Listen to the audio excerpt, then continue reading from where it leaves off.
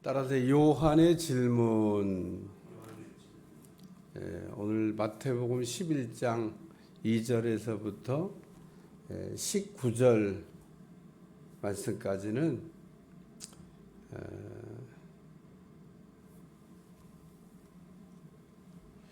19절은 14절 말씀까지는 그 세리 요한에 관한 말씀인데, 그 6절까지는 세리 요한이 예수님에 대한 질문에 대한 대답을 예수님이 하신 게 나오고, 7절에서부터 14절까지는 예수님께서 무리에게 세리 요한에 대해서 가르친 내용입니다.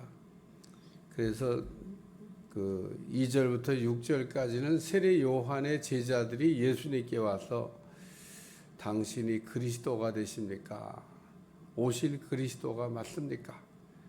또 다른 사람을 기다려야 됩니까? 이렇게 물을 때 주셨던 대답이고, 제자들이 떠나고 난 다음에 예수님께서 무리에게 세례 요한에 대해서 이제 말씀한 내용이 내일 우리가 생각할 7절부터 14절까지의 내용입니다. 전부 다 세례 요한에 관한 말씀이긴 합니다만은, 오늘 생각할 말씀은 요한의 질문이라. 그러니까 세례 요한이 예수님께 제자들을 보내서 예수님이 그리스도가 되시냐라고 물었던 것에 대한 대답을 예수님께서 지금 하신 말씀인데, 즉답은 피했어요. 예수님께서 내가 그리스도다 이렇게 대답하지는 않은 겁니다. 예수님이 내가 그리스도다라고 얘기하는 것은 이제 마태복음 한 16장 정도 가면은 나옵니다.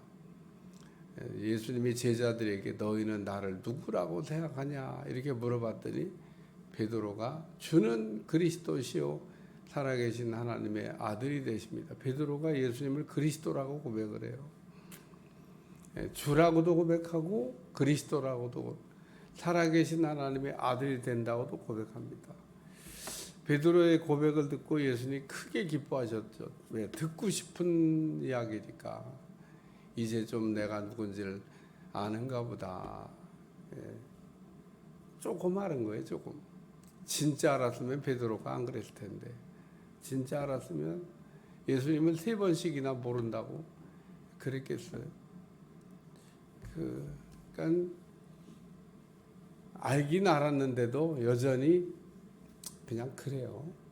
어쨌든 베드로가 그래도 주는 그리스도시요 살아계신 하나님의 아들이 되십니다 이렇게 고백하는 걸 듣고 우리 예수님께서 크게 기뻐하시고, 내가 내게 천국 열쇠를 준다 그러면서 땅에서 풀면 하늘도 풀리고 땅에서 묶으면 하늘도 묶인다 그러면서 음부의 권세가 너를 누르지 못한다 그러면서 뭐 가지가지 칭찬으로 이렇게 예수님께서 말씀하는데, 그러니까 예수님이 제자들에게 듣고 싶었던 그 말씀이 주는 그리스도가 되십니다. 그래서 예수님의 제자들이 이제 성경을 보면 차근차근 한 사람 한 사람 예수님이 그리스도라고 하는 고백을 합니다.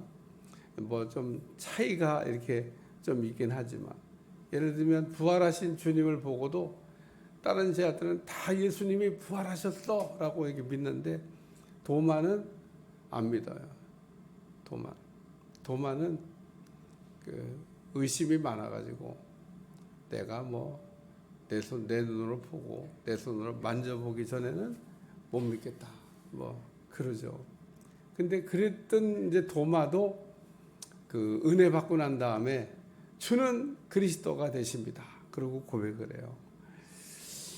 그리고 뭐 사실은 더 특이한 거는 예수님의 동생들도 주는 그리스도가 되십니다 이렇게, 제자들이 예수님을 그리스도라고 고백하는 것은 뭐 있을 수가 있는 일이라고 생각.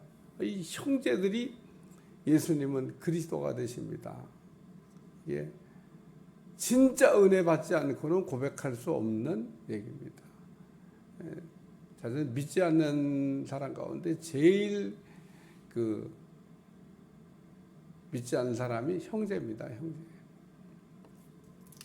그래서 선지자가 고향에서는 아주 대접을 못 받았어요. 나사렛 동네 가니까 다 안다고 얘기해요. 예수님을. 요셉의 아들 아니야?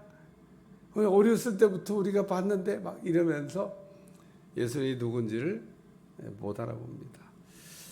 그래서 오늘 요한이 제자들을 보내서 오실 그이가 당신이 오니까 우리가 다른 일을 기다려야 될까요? 이렇게 묻는 얘기에 예수님께서 즉답을 피하고 그 구약의 그리스도가 오실 때 일어나는 일에 대해서 지금 설명을 한 겁니다. 첫째는 표적입니다. 표적. 그리스도가 올 때는 표적을 일으킬 거다. 그래서 이 요한복음에는 아주 7개의 대표적인 표적이 나오는데 헬라어로 세메이온이라고 하는 이 표적, 예수님이 그리스도이심을 믿게 하는 사건, 표적, 세메이온. 이게 지금 그래서 맹인이 보며 못 걷는 자가 걸으며 나병한 자가 깨끗함을 받으며 못 듣는 자가 들으며 죽은 자가 살아난다라고 하는 이 내용이 세메이온, 표적을 얘기하는 건 표적. 표적과 이적은 조금 다른 거예요. 그 표적이란 말은 요한복음에 주로 나오고 다른 마태나 뭐 마가 누가 이런 데는 이 표적이란 말을 쓰지 않냐고. 표적이란 말을 써도 요한복음에 나오는 그런 표적의 뜻이 아니에요. 그냥 표적이라고 마태복음에 썼지만 요한복음의 표적이 아니라 이적이라고, 이적에 가까운. 그러니까 이 마태복음 같은 데 나오는 그 혹 표적이란 단어도 이적이란 뜻으로 이해를 해야 된다. 이 이적과 그런 표적은 뭐가 다르냐? 이적은 두나미스라고 하는 헬라어를 씁니다. 두나미스. 심이라는 거예요. 심. 하나님의 신적 권위와 능력을 하나님의 강력한 힘으로 보이는 것. 주로 마귀를 때려잡을 때 하나님의 두나미스.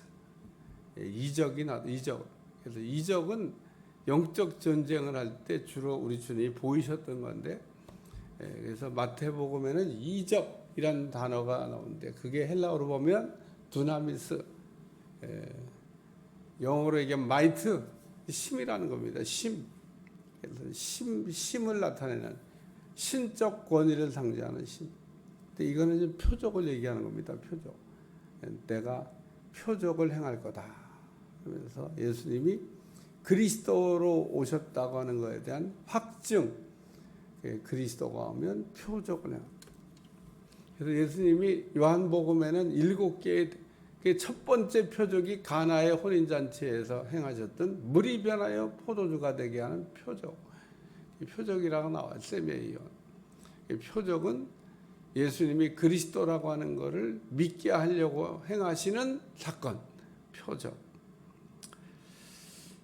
그래서 오늘 주님이 그리스도가 되십니까? 라고 물을 때 뭐 맹인이 보며 쭉 이렇게 얘기하는 것. 이 얘기는 이걸 가서 전하라고 지금 얘기한 거잖아요. 그러니까 내가 표적을 행하러 왔다. 뭐 그 얘기를 하는 거잖아요. 표적을. 그러니까 그리스도죠. 그리스도.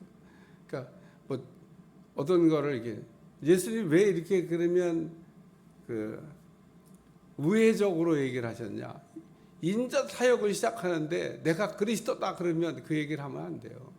그러면 하나의 뜻을 이룰 수가 없어. 마귀의 공격을 불필요하게 많이 받을 수 있어. 그러니까 예수님이 그 마태복음 16장에도 보면 베드로가 그리스도라고 하는 것을 이렇게 고백하고 그리스도라는 게 이게 드러나니까 야 그거 아직은 때가 아니니까 얘기하면 안 돼. 말하지 마라. 그리고 얘기를 주지시킵니다. 그러니까 예수님이 그리스도인 건 사실이지만 그리스도인 것을 숨기려고 했던 이유가 뭐냐면 불필요한 영적 공격을 받지 않으려고 하기도 하고 또 하나님의 뜻을 이루어야 되니까 뱀같이 지혜롭게 우리 주님이 처신을 하셨다는 겁니다. 오늘 우리는 살아가면서 뱀 같은 지혜가 필요해요. 좀 말을 우리가 할 때도 아주 지혜롭게. 예수님이 그리스도가 되시다는 것을 이렇게 그리스도가 아니어서 숨긴 게 아니라 하나님의 뜻을 이루어야 되니까. 예. 우리가 불필요한 어떤 걸 하게 되면 안 받아도 될 우리가 영적 공격을 받을 수도 있다. 두 번째는 가난한 자에게 복음이 전파되다 하는 겁니다. 그리스도가 오면 복음을 전하. 그리스도가 그게 복음이에요. 복음이 그리스도고 그리스도가 복음입니다. 여러분이 그리스도란 말로 쓰니까 이게 무슨 말인가? 메시아란 말을 쓰니까 이게 무슨 말인가? 저는 아직도 목회를 이렇게 오래 하고도 메시아, 그리스도 이 얘기 들으면 느낌이 팍 안 와요. 예? 저는 아니까 그냥 메시아, 그리스도 이런 말을 이게 뭐 히브리어, 헬라어 이거 메시아, 그리스도 쓰면 느낌이 안 옵니다. 느낌이. 여러분 뭐 느낌이 와요? 메시아 그러면. 이스라엘 사람들이야 메시아 그러면은 구약의 사람들이 메시아를 막 기다리고 있고 메시아 대망사상이 이사에 나오고 막 그 메시아를 기다리고 있으니까 그게 그리스도란 뜻입니다. 구원자를 기다리던 그 히브리 사람들의 단어인데 우리는 메시아 그러면 뭐 메시아가 무슨 뜻이야? 그리고 우리는 메시아를 기다려 본 적도 없으니까 느낌이 안 와요. 그리스도? 이것도 느낌이 안 옵니다. 우리한테 제일 느낌이 오는 똑같은 말인데 구원자. 느낌이 온다. 그러니까 우리는 구원자라는 이 말을 쓸 때 이게 그러니까 메시아, 그리스도, 구원자 다 같은 말이에요. 같은 말. 근데 왜 같은 말인데 말을 왜 이렇게 바꿔서 어렵게 하냐? 그냥 그렇게 돼요. 구약 시대 사람들은 메시아, 신약 시대 사람은 그리스도. 그 뜻은 구원자니까 구원자. 구원자가 제일. 그러니까 이 복음이라고 하는 게 뭐냐? 예수님이 그리스도로 오셨다고 하는 게 그게 구원자, 복음입니다. 복음. 복음의 핵심 내용은 우리를 죄에서 구원하시기 오신 그리스도, 죄를 대속하기 오신 그리스도. 그래서 가난한 자들에게 복음이 전파된다 하라.